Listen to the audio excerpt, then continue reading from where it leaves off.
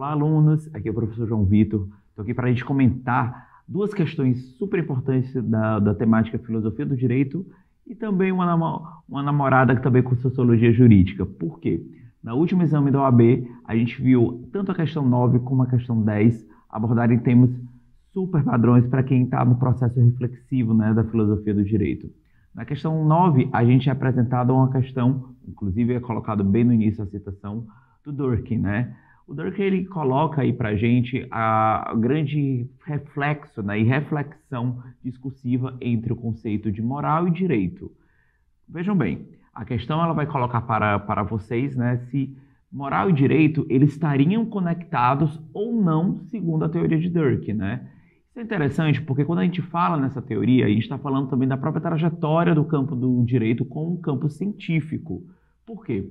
Antes do século XVIII, pessoal, moral e direito eram vistos como campos distintos, onde a moral era uma área muito voltada para a área o quê? Da filosofia, da sociologia, do processo da reflexão complexa. Já o direito era uma área onde era colocada para o processo da efetividade da lei em si. Durante muito tempo, e posso dizer que até os tempos atuais existem resíduos ainda desse tipo de pensamento. Mas pós-século XVIII a gente vê uma transformação nesse olhar, tanto que aí que aparece a teoria de Durkheim e tantos outros, porque eles colocam que, na verdade, moral e direito, eles têm que ser analisados de formas conectadas ou vulgo simbiótica. Por quê?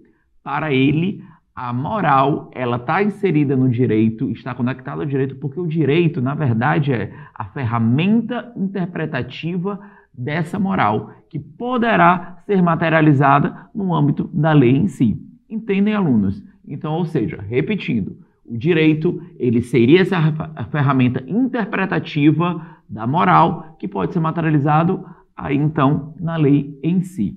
Ou seja, a questão ela aborda isso e aí você vai ter todos os caminhares, né, desse processo reflexivo. Tanto que a resposta correta desse item é justamente a resposta que afirma que essas duas áreas elas têm que ser analisadas de forma em conjunta. Já a questão 10, ela está abordando justamente talvez um dos teóricos mais famosos de todos, que é o Immanuel Kant, né? O Kant que acaba influenciando e muito o campo do direito, e todo nesse âmbito da reflexão, né, do que esse campo significa, né? E nessa questão, eles nos colocam para revisitar a teoria kantiana, e a gente sabe muito, né?